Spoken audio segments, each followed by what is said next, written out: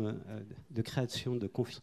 Et on a le plaisir d'accueillir le secrétaire général Dominique Labourex pour nous parler en fait de sa vision. Et donc, un grand merci. Christian Jacques, je te laisse la parole pour présenter Dominique. Ça marche pas toujours bien. Ici, c'est pratique parce que voilà, ça marche très bien. Alors, mesdames, messieurs, rebonjour. J'ai souvent coutume de parler à des interlocuteurs qui ne sont pas forcément du métier et leur dire ce que c'est que le paradoxe de la finance. Le paradoxe de la finance, c'est que la finance, pour être efficace, elle a besoin de beaucoup de liberté, de fluidité, d'agilité, de réactivité. Et si on laisse faire tout ça sans aucune limite, c'est comme les cocottes disruptives d'Arabian, ça peut faire boum. Et donc, on a aussi besoin, et c'est là le paradoxe, pour mériter, pour entretenir cette liberté, pouvoir en bénéficier, en profiter, il faut un corpus de règles et de gens qui les surveillent pour assurer, disons, la sécurité de tous. Et comme le disait, je crois ce matin, il y a un des intervenants qui a dit quelque chose que j'ai trouvé très bien, qui disait qu'on oublie souvent que le premier rôle du régulateur, c'est de protéger le marché. Et donc, ça suppose beaucoup de choses autour. Alors, vous avez de la chance, et la finance, qui est aujourd'hui représentée par son compartiment le plus dynamique, le plus innovant, le plus moderne, le plus inquiétant peut-être, quelquefois, a tout à gagner, je pense, à rencontrer sereinement le régulateur. Et, par chance, il est là, en la personne de Dominique Labourex, secrétaire général de l'ACPR, dont je ne vais pas vous faire son pédigré détaillé, mais je peux vous dire qu'il est rentré à la banque, donc c'est vraiment banquier central, un vrai, qui est rentré à la Banque centrale, et au sens où nous, on parle de Banque centrale, à tort d'ailleurs, c'est le siège de la Banque centrale, en fait, à Paris, au système un peu après moi, mais bon, il a monté plus vite, hein, c'est normal, et un système de paiement et d'infrastructure de marché. Ensuite, il a rejoint la commission bancaire, qui avait pris elle-même la succession de l'ancienne commission de contrôle des banques en 1984, si je me souviens bien, et rejoint la commission bancaire. Ensuite, un autre passage, retour au siège à la direction financière du contrôle de gestion de la banque, hein, la Banque centrale. Puis, rejoint en 2013, alors l'ACPR, et là, il est chargé de créer la direction de la résolution. En 2014, il est membre du conseil de la résolution unique à Bruxelles, SRB, Single Resolution Board. Et en 2020, il devient donc secrétaire général de l'ACPR. Alors, mon petit doigt m'a dit que pour venir ici, il avait dû s'extraire de réunions assez importantes à Paris. Et donc, merci de nous faire l'honneur de votre présence, Dominique Labourex. Et je vous cède tout de suite la parole.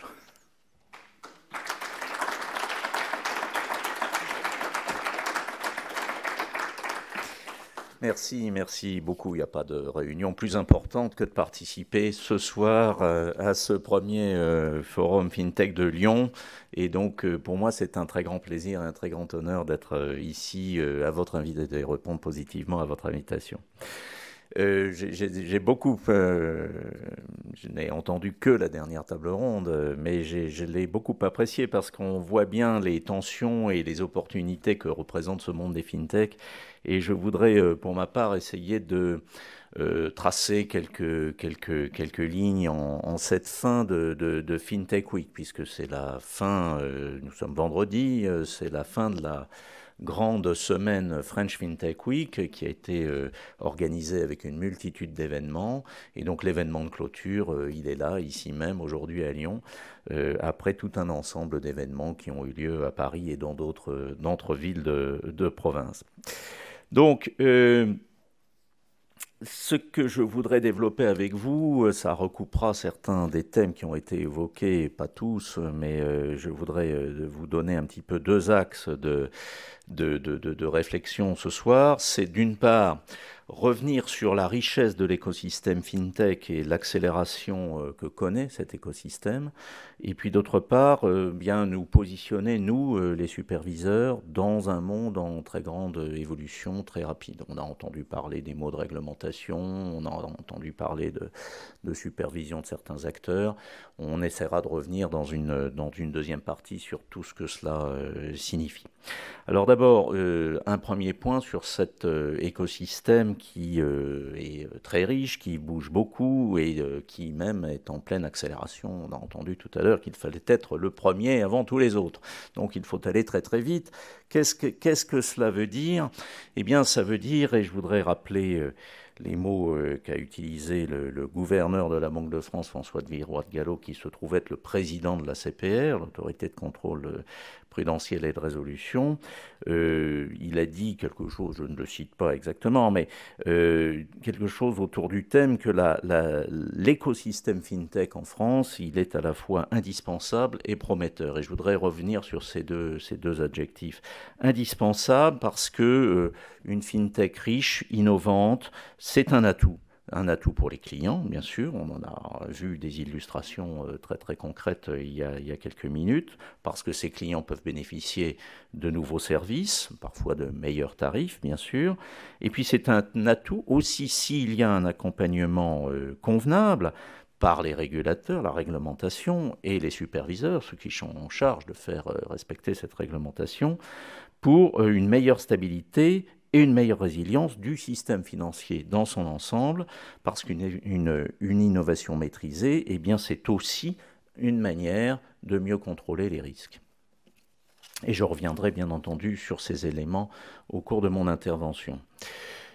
On a vu avec l'année 2020 qu'on pouvait être confronté à des événements tout à fait extraordinaires. Je vise évidemment la crise sanitaire qui se transformait en crise économique, pas en crise financière à vrai dire, mais on a vu des modèles qu'on n'aurait pas imaginé une seule seconde, ne serait-ce que l'année d'avant. On s'est tous retrouvés dans les métiers tertiaires, en télétravail. On a vu une montée en puissance de la digitalisation des usages et tout ceci a été en réalité une source de mise à profit par les fintechs pour s'adapter rapidement et profiter de cette situation pour proposer des produits correspondant aux nouveaux modes de travail ou aux nouveaux modes de réflexion et de fonctionnement, y compris des ménages. Donc là, on a assisté très brutalement à un coup d'accélérateur de cette FinTech. Et cette FinTech, elle est aussi prometteuse. Et je voudrais à cet égard rappeler les chiffres. Je crois que vous avez une intervention d'Alain Clot, qui fait partie des co-organisateurs de cette French FinTech Week, qui vous a rappelé quelques chiffres, je crois. J'en reprends certains qui viennent donc de France FinTech. Donc 1,9 milliard avait été levé jusqu'à fin septembre 2021 contre 830 millions pour toute l'année 2020. Donc on voit que c'est 2 fois plus en 9 mois que ce qu'on a eu dans une année qui était déjà une année en assez forte augmentation par rapport aux années précédentes, malgré un contexte Covid. Le contexte Covid n'a en aucune manière freiné les levées de fonds dont on a parlé tout à l'heure. Et puis, on a mentionné tout à l'heure le mot de licorne, donc les chiffres sont là. Bien sûr, bon, il faut s'entendre sur ce qu'on entend par licorne, et a fortiori licorne à la française, mais peu importe. Si on s'en tient au recensement qui est fait par le ministère de l'économie, on en a 18 à début octobre, dont 9 qui ont acquis ce statut en 2021, et parmi ces 9 licornes, là je suis au-delà du concept de FinTech, il y en a au moins 3 qui sont directement des FinTech. Donc ça, c'est bien, c'est ce côté de forte croissance. Et puis, il y a aussi d'autres, mais c'est une croissance qui est individuelle. On parle de licorne, de réussite individuelle, ceux qui ont réussi à être aux premières marches. Mais l'écosystème va au-delà de celui qui est sur la première marche. L'écosystème, comme son nom l'indique, c'est un réseau de connexion, c'est un réseau d'interaction. Et là, je voudrais revenir sur 3 mots importants. La croissance, d'abord, de cet écosystème en tant que tel, donc au-delà des cas individuels. On voit bien cette relation qui se développe, ces partenariats avec des acteurs d'horizons très, très divers, les fintech, les regtech. Donc les regtech sont donc ces techs qui travaillent sur les aspects d'implémentation de la réglementation en particulier, les acteurs dits établis, mais aussi les chercheurs, mais aussi les banques centrales, les superviseurs, les régulateurs de toutes sortes. Et ce que nous vivons actuellement là, à l'instant même, cet événement, eh bien, c'est aussi une illustration de ces connexions, de ces forums d'échange que nous pouvons avoir. Le deuxième mot qui me vient à l'esprit quand je parle de cette évolution de l'écosystème, c'est structuration. La structuration, elle se manifeste aussi par la création d'associations professionnelles spécialisées. Pour les actifs numériques, c'est la DAN. Pour d'autres, la monnaie électronique, c'est la FEPAM, qui sont des interlocuteurs que nous connaissons bien à la CPR. Je cite ces deux-là, désolé pour les adhérents des autres associations qui vont m'en vouloir, mais il y en a d'autres, et je crois que ce mouvement de structuration, il est important. J'ai d'ailleurs noté dans l'étude qui a été faite par Hub 612, que j'ai lu dans le train en venant, que l'un des reproches qui était fait par certains d'entre vous, c'était qu'il manquait de structuration sur la place de Lyon. Donc l'appel est lancé, je crois que ça c'est quelque chose qui mérite d'être regardé de près. Le troisième mot qui me vient à l'esprit, c'est celui d'élargissement, parce qu'en réalité, on le voit bien, et bon là je prêche en terrain conquis, la FinTech, on a pu parfois l'assimiler à, disons, la Silicon Valley pour ce qui était des États-Unis, et puis la région parisienne pour ce qui était de la France. Alors c'est évidemment pas le cas, vous en êtes les témoins vivants, la FinTech c'est quelque chose qui n'a pas besoin d'une implantation géographique dominante pour pouvoir se développer, parce qu'elle est digitale, et donc l'événement que nous vivons ici à Lyon eh bien, rejoint cette terre d'entrepreneuriat qu'est la région lyonnaise, et je pense que les FinTech qui sont ici ne sont que de très bons exemples de cette réussite que connaît bien cette région depuis très longtemps. On a vu tout à l'heure une entreprise très, très, très ancienne, très traditionnelle, qui a connu un développement formidable dans cette région. Alors tout cela ne va pas sans risque, évidemment. Là, vous savez, parfois on me demande de définir le travail que je fais, et il m'arrive de répondre avec un sourire que mon métier, c'est d'être inquiet. Donc il y a des risques, et donc mon métier, ça va être de vérifier que ces risques sont compris, partagés et surveillés, bien entendu, et surveillés d'abord par les acteurs à l'origine de ces risques, avant même que des personnes extérieures viennent vérifier que c'est bien le cas. Alors je voudrais en citer quelques-uns. Il y en a beaucoup de ces risques. Certains sont très éloignés de mes préoccupations professionnelles, mais je les mentionne très rapidement. Je vois le risque de cyber, je vais y revenir, je vais commencer par lui. Je vois un risque de fragmentation. Je vois aussi des risques d'exclusion numérique. Donc ça, c'est un sujet qui n'est pas le mien, mais je le mentionne quand même. On est quand même dans un monde très disruptif. Ce qu'on voit là ne correspond pas forcément aux usages que connaissent beaucoup de nos concitoyens. Et puis, il y a aussi des risques de perte de confiance quand il y a un dysfonctionnement. Et donc, quand on est dans un monde très distant, très digital, où le contact est souvent plus difficile, on peut avoir des risques de confiance. Et ça, la confiance, c'est quelque chose qui est fondamentalement nécessaire pour ce qu'on appelle la stabilité financière. Et donc, pas de stabilité financière sans confiance, et il est donc nécessaire de préserver cette confiance. Sur le risque cyber, tout d'abord, je voudrais y revenir. J'enfonce un peu une porte ouverte, tout le monde en parle, tout le monde sait de quoi il s'agit, mais il faut quand même le dire. On a vu une montée des usages digitaux, mais on a vu une montée du risque cyber de façon exponentielle au cours des 2 dernières années, en particulier avec le développement de la pandémie. Donc c'est devenu un enjeu majeur de la transformation numérique qui est en cours. On ne peut pas envisager cette transformation numérique si on ne traite pas à due proportion ce risque cyber. Donc évidemment, on a vu cette transformation qui fait qu'on utilise de plus en plus d'outils digitaux. Bien, elle a augmenté ce qu'on appelle la surface d'exposition au risque. Et on a donc vu évidemment des secteurs entiers devenir plus vulnérables à l'évolution de ce risque cyber. On a vu aussi des acteurs du risque cyber qui sont beaucoup plus actifs.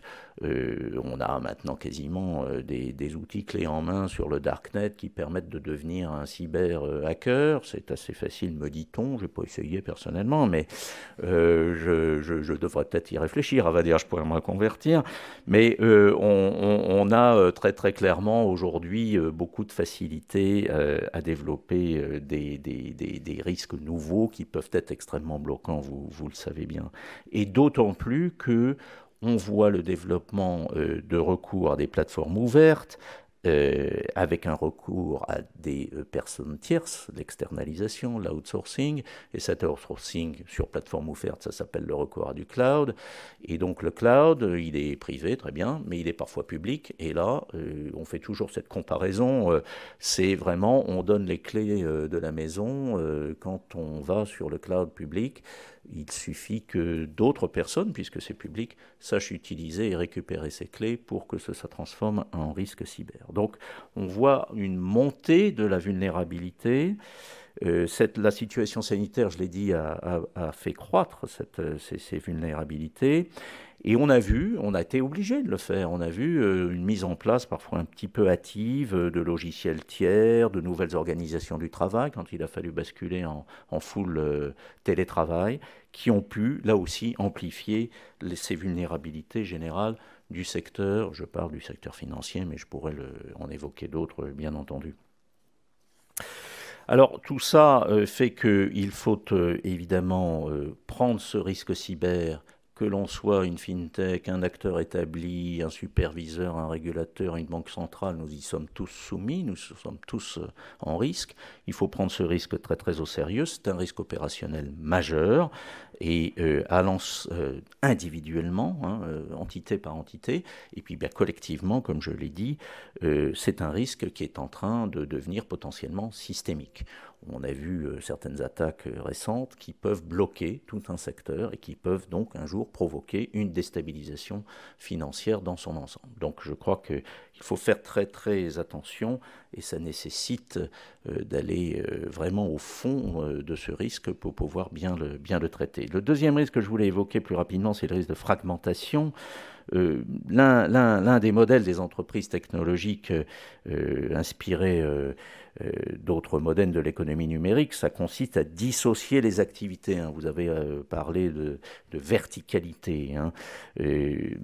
Donc c'est bien cela. Donc la banque universelle traditionnelle, elle devient une série de fonctions essentielles distinctes. L'acheminement des paiements, la fourniture des financements, le partage des risques, la répartition des capitaux, et tout ça peut être rassemblé parfois via des plateformes en ligne qui vont offrir à ce moment-là des services plus complets, mais en fait assez segmentés. Et donc évidemment, l'un des risques qu'on voit apparaître, c'est face à cette fragmentation, comment on a le contrôle, le pilotage de l'ensemble. Et donc le contrôle de la plateforme qui va offrir ces différents services peut devenir à certains égards plus stratégique que l'offre de services financiers elle-même.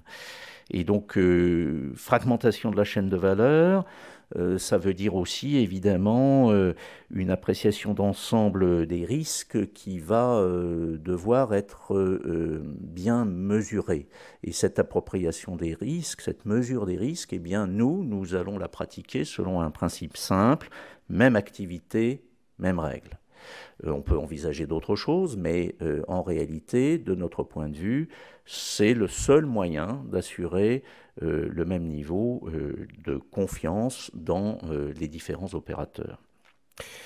Et donc les obligations réglementaires, eh bien, elles portent aussi bien sur un seul maillon d'une chaîne que sur l'ensemble des prestataires ou des fournisseurs techniques, sachant que certains de ces prestataires et fournisseurs techniques peuvent être en dehors et poser en eux-mêmes un risque. Et donc il faut arriver, face à cette fragmentation, à recomposer les zones de risque et savoir ce qui relève véritablement de la réglementation et ce qui peut ne pas en relever. Et à ce moment-là, pour cela, il faut aussi trouver parfois des solutions qui ne se trouvent pas dans une réglementation financière, mais qui peuvent se trouver dans un autre type d'encadrement.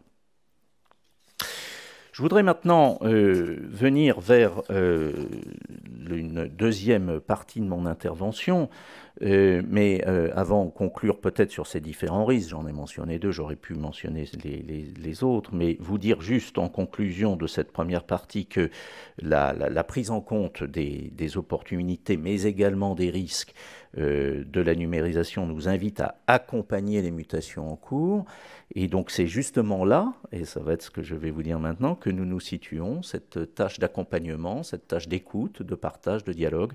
C'est ce que nous essayons de faire à la CPR. Et je le ferai autour de trois termes, trois verbes, le verbe dialoguer, le verbe proposer et puis le verbe expérimenter. Alors, le dialogue, c'est quelque chose qui s'est mis en place depuis maintenant quelques années au niveau de la CPR. Nous avons créé en 2016, donc vous voyez, à l'échelle des fintechs, ça commence déjà à faire un long moment. Donc, nous sommes déjà à plus de 5 ans. Nous avons créé ce que nous appelons le pôle FinTech Innovation. Donc le pôle FinTech Innovation, c'est le point d'entrée des FinTech et de tous les acteurs innovants dans le domaine financier ou proche du domaine financier.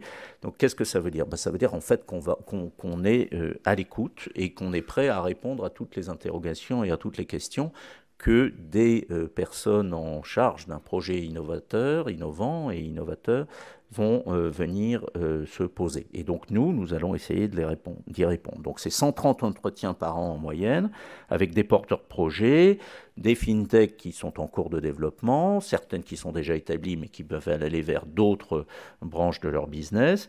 Et donc nous avons, alors j'ai demandé bien entendu qu'on me dise si certains des acteurs lyonnais avaient eu des contacts avec la CPR, et la réponse est bien sûr oui, puisque je comprends que Agicap, que nous voyons tout à l'heure, avait eu déjà des contacts avec la CPR, mais aussi Crésus, qui, je crois, a fait partie des participants à notre journée d'aujourd'hui. Donc il y a ces entretiens, il y a des contacts annuels, bien sûr, plus de 100 contacts annuels avec d'autres acteurs innovants. J'ai parlé des RegTech. Les RegTech, elles tournent autour de la réglementation, elles sont donc évidemment très proches de notre monde. Et puis, bien sûr, les autres acteurs porteurs de projets. On a, parmi les acteurs établis, on a eu des contacts, par exemple, avec une entreprise qui est ici, qui est dans la région lyonnaise, qui s'appelle Tessi, qui est à Grenoble plus précisément, et donc qui nous a contactés dans le cadre du développement de son business model. On a évidemment des contacts avec des administrations, des chercheurs, des étudiants, et je vous montrerai dans une minute des exemples de ce que nous pouvons faire avec des étudiants, qu'ils soient parisiens, provinciaux, de l'EM Lyon ou d'ailleurs. Nous avons de très très nombreux contacts. Alors, ça, c'est notre pôle au sein de la CPR, donc c'est une dizaine de personnes qui sont ensuite en connexion avec le reste de la CPR, qui, elle, représente une structure assez lourde, puisque aujourd'hui, la CPR contrôle les banques, les assurances, la protection de la clientèle, etc., etc. Donc ça fait plus de 1000 personnes, la CPR. Donc c'est une petite équipe au sein d'une grosse organisation, mais c'est une petite équipe très active et qui irrigue à travers un réseau interne l'ensemble des directions qui sont concernées par l'innovation. Alors, au-delà donc de ce pôle FinTech Innovation, nous avons aussi le Forum FinTech Innovation, qui est une instance de veille et de dialogue, là aussi créée en 2016. Donc là, on est au contact direct avec les FinTech, donc c'est vraiment un forum.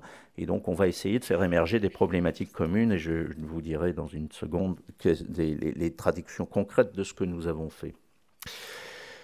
Et puis, bien sûr, la CPR, c'est l'organisme de supervision, mais il y a aussi la Banque centrale, donc la Banque de France en l'occurrence. Et donc là, je voudrais citer, même si ce n'est pas directement lié à la CPR, mais deux initiatives auxquelles nous participons de très près. Ce sont les correspondants start-up. Donc c'est un réseau, alors pas seulement FinTech, bien sûr, mais c'est un réseau de correspondants à Paris et en province, dans différentes succursales de la Banque de France. Donc à Lyon, je comprends qu'il y a de très grands changements. C'était Guillaume Alabergère qui est là ce soir, et c'est Aurore Schilt qui le remplace depuis 48 heures. Donc n'hésitez pas, elle est là, elle saura répondre à toutes vos questions, j'en suis sûr. Et puis une autre initiative, c'est ce qu'on appelle le Lab. Le Lab, c'est le laboratoire d'innovation de la Banque de France, et on participe, nous, à la CPR, très étroitement aux travaux de ce Lab pour identifier, explorer, expérimenter des solutions dans le cadre des missions de la Banque centrale ou du superviseur. Pour ceux qui sont très connectés, je signale que nous avons ouvert la French FinTech Week jeudi de la semaine dernière, dans le Lab de la Banque de France. Et donc c'était en replay, si vous voulez le regarder, vous aurez la chance extraordinaire de me voir une deuxième fois, ce qui est quand même quelque chose qui compte, j'en suis sûr.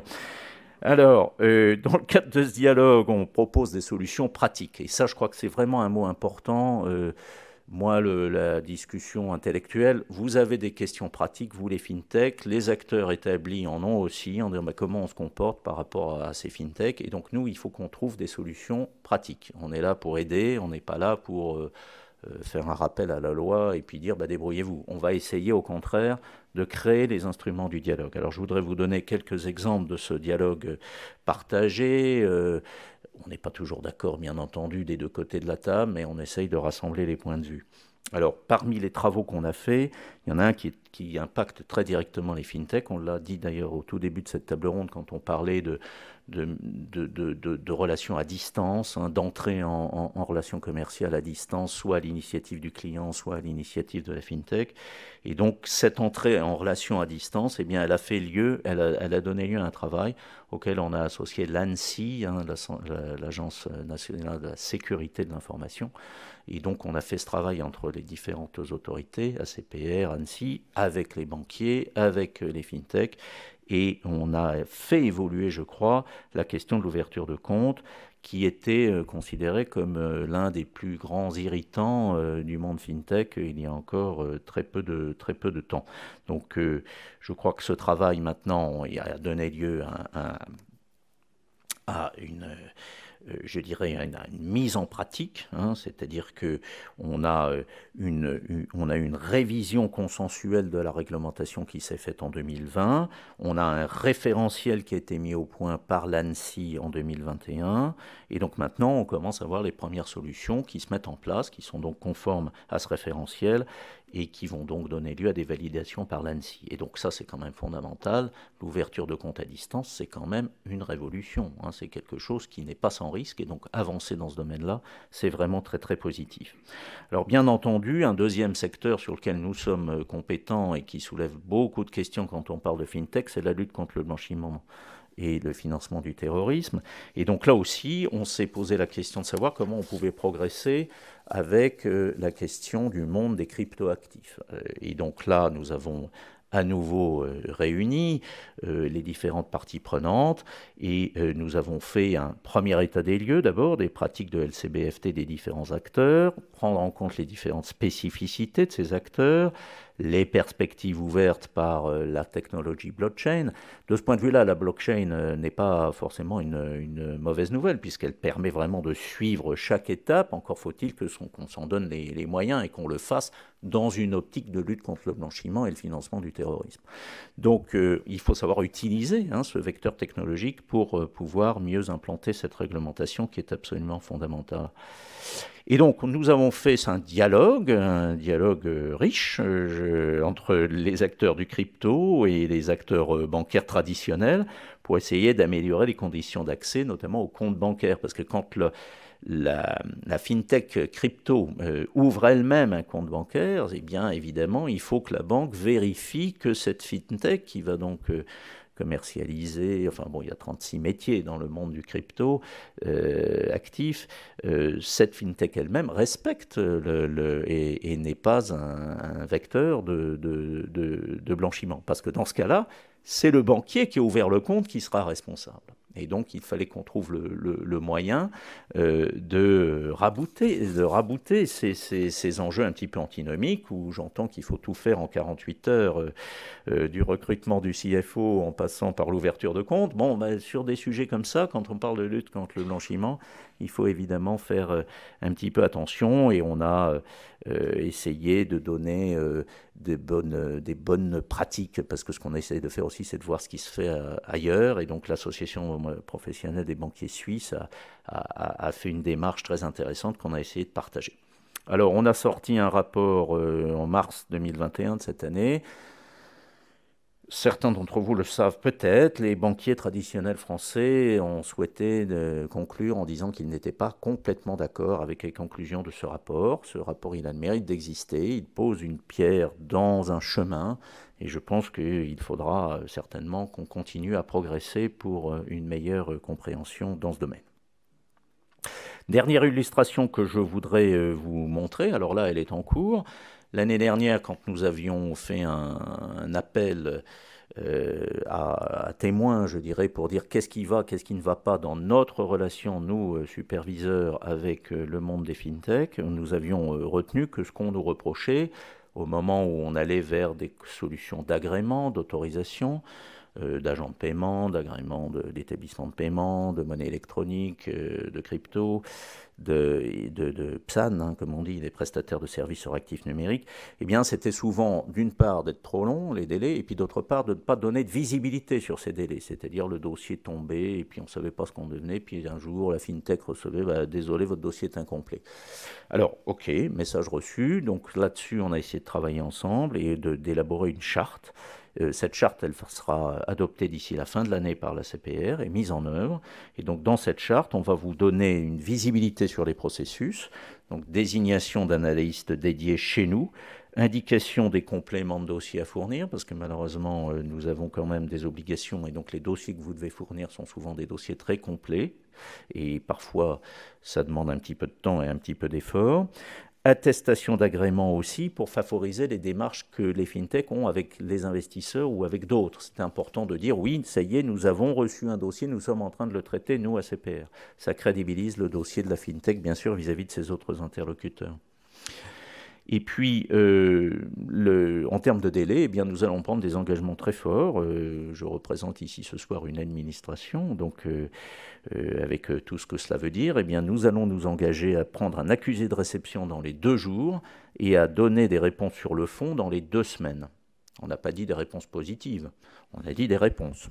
Mais c'est déjà un effort considérable qui veut dire que nous allons nous organiser pour pouvoir nous mettre vraiment...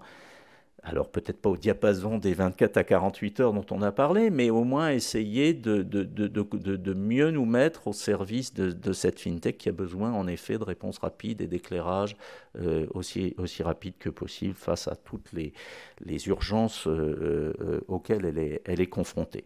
Alors on précisera aussi bien sûr nos attentes à l'égard des candidats à l'agrément, et pour cela on fera tout un ensemble de guides avec des questions-réponses qui seront mises en ligne sur notre site internet. Et là-dessus, je voudrais aussi demander à tous ceux qui seraient candidats un jour à un agrément ou une autorisation de faire l'effort de comprendre que cet écosystème dont nous faisons tous partie, il est au bénéfice de tous, et que donc, en effet, il faut commencer par aller voir sur le site comment ça marche et ne pas dire « Ah bon, ben, je ne comprends pas, vous me demandez ma carte d'identité pour déposer mon dossier d'agrément. » Ben oui, on demande la carte d'identité pour déposer un dossier d'agrément. D'ailleurs, c'était marqué sur le website de la CPR. Donc, il y a aussi une petite démarche à faire pour pouvoir aller plus vite ensemble et faire en sorte qu'on se comprenne tout de suite dès le départ. Dernier point que je voudrais développer, c'est celui du verbe expérimenter. Alors là, on est encore dans une autre sphère, je dirais, c'est-à-dire essayer de voir les défis que pose la croissance de la fintech, essayer de les anticiper et voir si on a un cadre réglementaire qui est adapté ou qui doit évoluer. Alors, on a un défi très important aujourd'hui, c'est celui de l'intelligence artificielle, et donc c'est un des thèmes que nous avons essayé de creuser ensemble cette année 2021. Donc d'abord, il y avait eu un gros travail intellectuel, je dirais, de stabilisation des concepts, de compréhension qui avait donné lieu à des ateliers dès 2019, et puis un document qui avait été publié en 2020. Et là, on a un concept clé, alors désolé pour le néologisme, mais qui est celui d'explicabilité.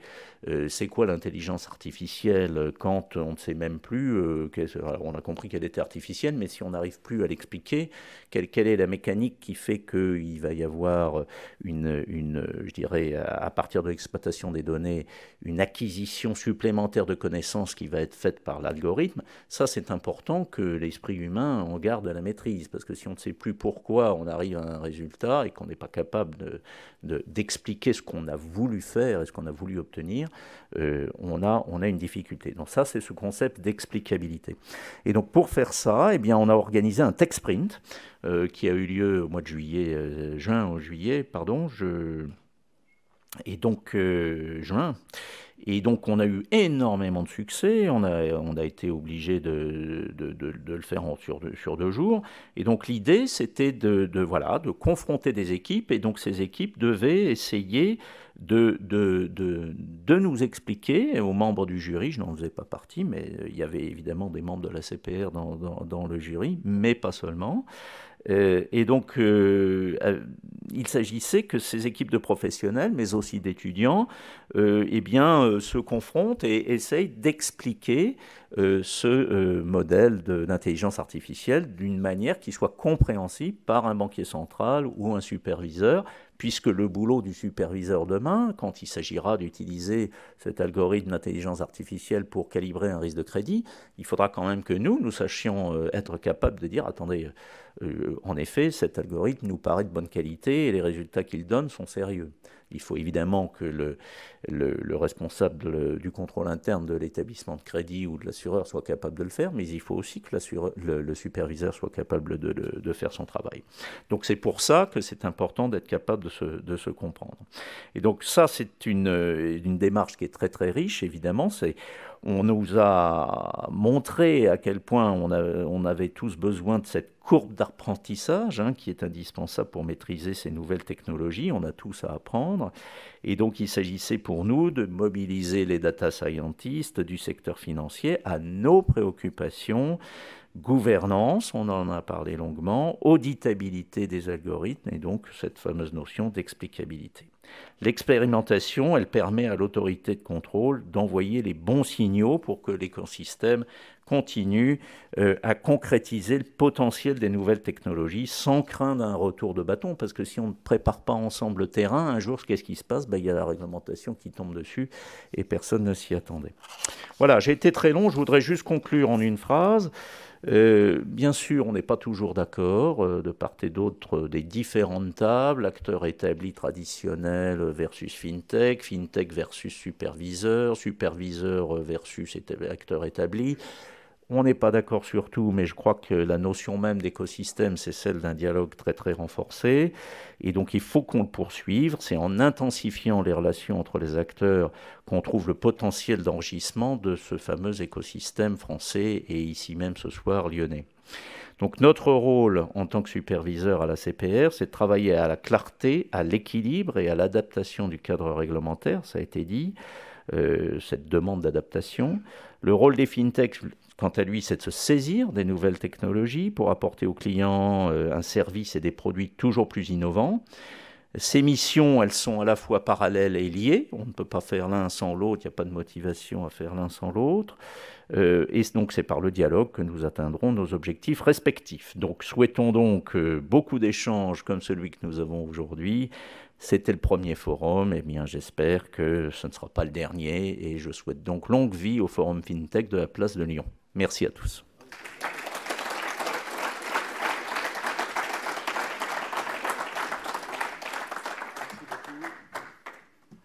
Merci. Je ne ferai pas une surconclusion sur la conclusion. Je vais simplement remercier toutes les personnes qui sont intervenues au cours de cette journée. Journée inspirante, journée présentant des histoires formidables, journée où il y a plein d'énergie, plein d'imagination, plein de créativité, et puis aussi le rôle de la CPR. Donc c'est une formidable journée. Avant de vous convier et de clore cette journée, je voudrais aussi remercier l'équipe des permanents de Lyon Place Financière, donc Roland, Jeanne, Nathalie et Pauline. Un grand merci pour cette organisation parce que c'était un gros boulot, et donc bravo.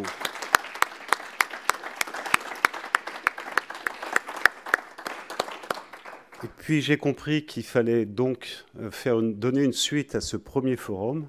Donc la commission qui travaille sur les FinTech m'engage à son nom, à ce qu'il y ait effectivement une belle suite à cette prise d'initiative, à cette ce premier forum. Et puis on va faire en sorte qu'effectivement ce forum perdure dans la durée. Merci encore, et nous avons un pot de l'amitié, un verre de l'amitié qui vous attend à côté. Merci.